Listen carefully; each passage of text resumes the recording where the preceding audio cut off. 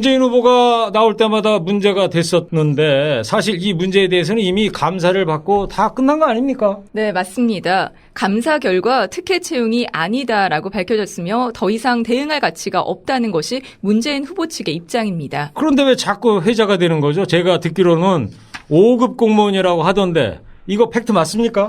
팩트가 아닙니다. 아닙니까? 네, 문준용 씨가 입사한 한국고용정보원은 노동부 산하의 공공기관, 즉 독립법인을 말합니다. 문준용 씨가 공무원이 되려면 국가기관의 시험을 봐서 채용이 돼야 합니다. 하지만 문준용 씨가 입사한 한국고용정보원은 국가기관이 아닌 공공기관입니다. 즉 독립법인 기업이라고 보면 됩니다. 말이 좀 어려운 것 같아요. 우리는 공공기관에 다니면 다 공무원인 줄 알고 있는데 그게 아니라는 거잖아요. 공공기관과 국가기관의 차이점은 뭡니까? 네, 국가기관은 말 그대로 나라에서 운영하는 기관을 말합니다. 쉽게 얘기하면 시청, 구청, 도청 등 나라의 일을 하는 곳입니다. 네. 공공기관은 즉 저희가 공기업이라고도 하죠. 공기업은 나라에서 하는 일 중에 실무를 처리한다고 보면 됩니다. 그렇다면 공무원과 공기업 일반직의 차이는 뭐죠? 일단 채용 방식이 다릅니다. 공무원은 공개 경쟁 채용 시험을 통해 선발하고 대부분의 공기업의 경우는 일반 기업과 같이 채용 공고를 낸 뒤에 서류 전형, 필기 시험, 면접 등을 통해 채용을 합니다.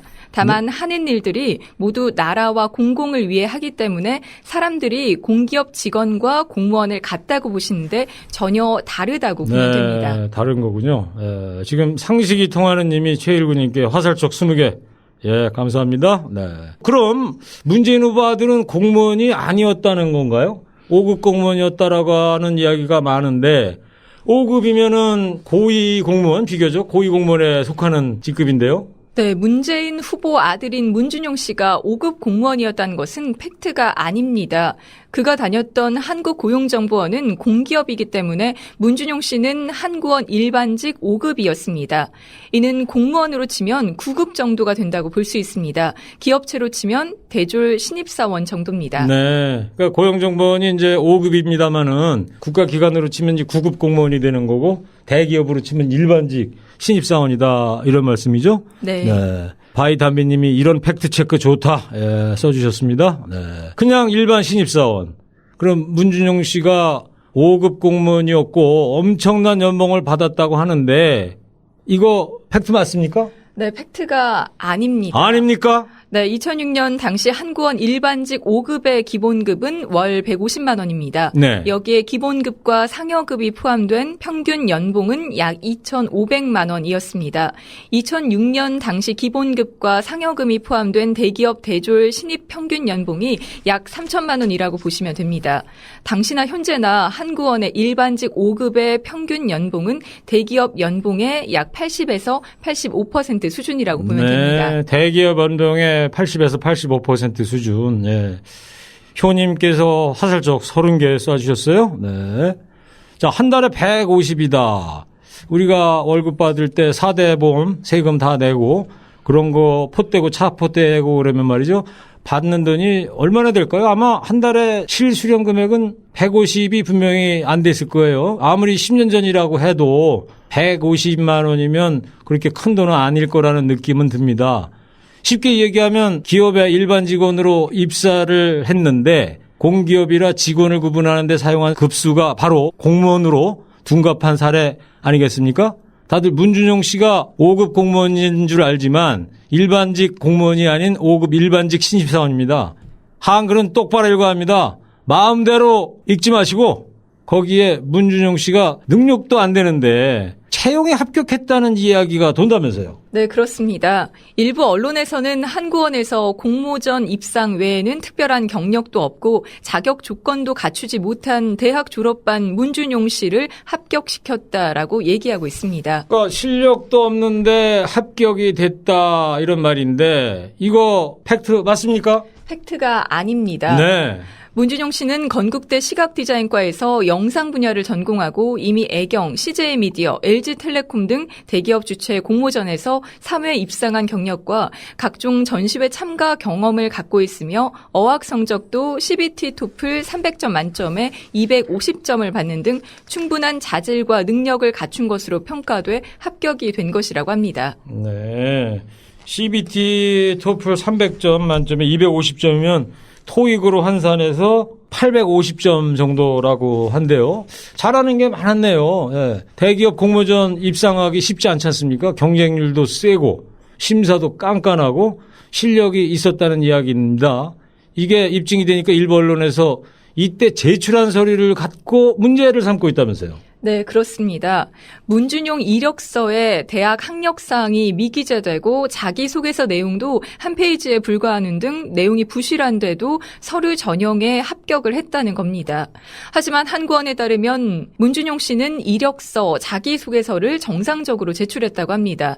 대학 학력사항은 응시원서와 자기소개서에 각각 기재돼 있고 이력서에는 고등학교 학력사항과 군대 경력과 수상 경력이 자세히 기재돼 있습니다. 네, 그때 그렇군요. 당시 응시 원서입니다. 예, 그러네요. 여기 보면 자세히는 보이지 않습니다만 학력사항이라든가 수상 내역, 가족 상황 이런 것이 다 좀 적혀 있지 않습니까? 자, 여기 보시기 바랍니다. 이력서에 이렇게 자세히 다 써 있지 않습니까? 응시 원서와 자기소개서가 나오고 있습니다. 네. 이력서에 있는 이 사진을 여기 갖고도 이렇게 말이 많아요. 자기소개서 이게 다 있고. 그래서 이 귀걸이를 사진을 여기 보이시죠? 귀걸이한 사진이 또 지금 문제가 있는데 귀걸이를 한 사진을 부착했다. 이걸로 응시원서를 냈다. 네. 이게 결격 사유가 되는 겁니까? 네, 아닙니다. 일반적인 경우는 아니지만 그것이 특별한 결격 사유가 되지 않습니다. 귀걸이를 한 사진을 응시 서류에 부착하고 면접에 귀걸이를 하고 왔다고 불합격시키는 것이 오히려 문제가 될 수 있다는 겁니다. 의혹 자체가 설득력이 없습니다. 그렇군요. 자, 이제 할 게 없으니까 귀걸이까지 문제 삼고 넘어가는데 귀걸이를 하면 안 된다는 뭐 조항이나 귀걸이를 하면 안 되는 이유 없지 않습니까? 아마 나중에는 옷을 어떻게 입었고 디자인이 별로니 얼굴이 못생겼니 안 된다 뭐 별별 걸로 다 꼬투리를 잡겠어요. 상식적으로 생각을 해보자고요. 그럼 쟤나 저나 저 장국영 씨가 입고 있는 이 옷 때문에 의상을 입은 것까지 문제 삼고 이것도 헤어스타일까지 문제 삼고 이것까지 문제 삼을 거예요? 그래서 제가 이걸 하나 사왔어요, 오늘. 그래서 저 눈썹이 좀 약해가지고, 트집 잡을 것 같아가지고. 이렇게 그림 되는 거예요, 이거? 장구영 씨, 이거 좀 봐봐. 이거 가지고 트집 잡을 겁니까, 지금? 눈썹 했다고 폭격기 기장에서 물러나라 할 수 있습니까, 지금? 할 수 있어요, 없어요? 기장님 잘 어울리십니다. 그래요. 예. 그 외에도 필수 서류를 기한 내에 내지 못해서 서류 전형에서 탈락했어야 했다는 이야기가 있는데 이건 뭡니까 또? 네, 문준용 씨가 제출한 졸업 예정 증명서에는 발급일이 2006년 12월 11일로 돼 있습니다.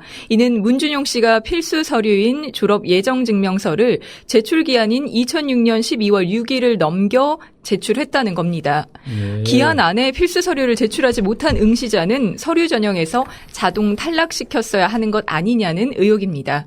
문준용 씨가 제때 필수 서류를 제출하지 않은 것이 팩트입니까? 네, 팩트가 아닙니다. 아닙니까? 네, 지금 보시는 것이 당시 채용 공고입니다. 네, 채용 공고에 필수 제출 서류가 기재돼 있지 않습니다. 예. 한 권에 따르면 구비 서류 안내 과정에서 졸업 예정 증명서를 따로 제출하라고 전달했고 그에 따라 기한 이후에 제출을 한 것입니다.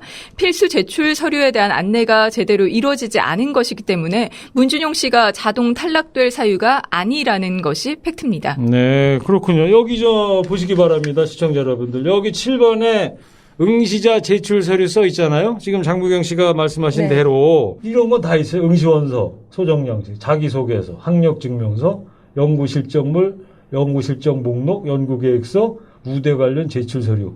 이런 거는 다 내라고 제출 서류에 7번에 이렇게 묶어서 해놨는데 지금 문제가 되고 있다는 게 졸업 예정 증명서 아니겠어요? 이 제출서류에는 분명히 졸업 예정 증명서를 제출하라라는 규정이 들어가 있지를 않아요. 예. 그렇지 않습니까, 여러분들? 자, 보신 것처럼 제출서류는 졸업 예정 서류가 없는데 이 처음부터 팩트가 아닌 걸 갖고 자꾸 의혹을 만들어내고 헛들이고 잘못했다고 하면 되는 겁니까? 안 되는 겁니까? 우리 상식적으로 생각을 해보자고요. 상식이 통하는 나라가 돼야 되지 않겠습니까? 이거 말고도 문준용 씨가 근무 중에 휴직을 한 것 때문에 논란이 되고 있는데 팩트장 어떤 내용입니까? 네, 문준용 씨는 14개월을 근무한 뒤 어학연수를 이유로 휴직을 했는데요. 유학 중 미국에서 웹 어플리케이션 업체에서 유급 인턴으로 근무했고 이는 네. 한국원의 인사 규정을 위반한 것으로 징계감이라는 주장입니다. 네. 자, 팩트장. 이 황제 유학 또 유급 인턴 이런 얘기 나오는데 이거 팩트 맞습니까? 네, 팩트가 아닙니다. 문준용 씨가 휴직계를 내고 어학연수를 간 것은 팩트가 맞습니다. 그 기간 중 미국의 웹 어플리케이션 업체에서 인턴 생활을 했습니다.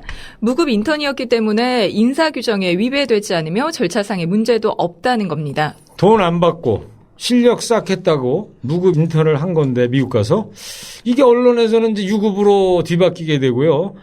한국말은 아 다르고 어 다르다 하지 않습니까? 인터넷 쓰니까 돈 받았을 거다 너.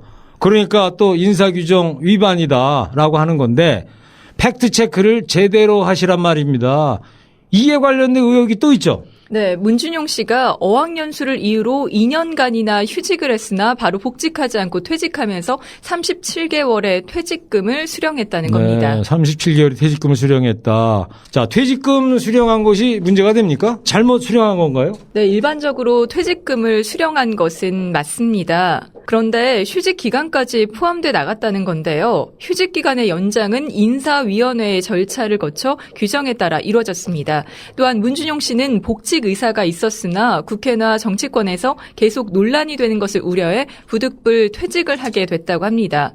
노동부 산하기관은 모두 퇴직금 정산 시 휴직 기간을 포함시키며 이는 합법적이라는 판례도 존재합니다. 즉 문준용 씨에게만 적용된 판례가 아니라는 겁니다. 규정이나 절차에 따라 처리가 된 것입니다.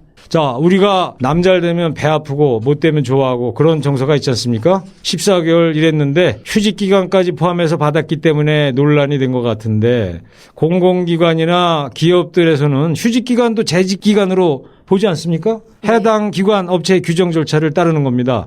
저희가 일을 할 때도 그 기업의 규정과 절차를 따르는 것과 같은 거죠. 당연한 일을 당연하지 않고 색안경을 끼고 보는 것은 아마도 문재인 후보의 아들이기 때문에 그런 거 아니겠습니까? 이 문제에 대해서 국가에서 노동부 감사 결과가 나오지 않았습니까?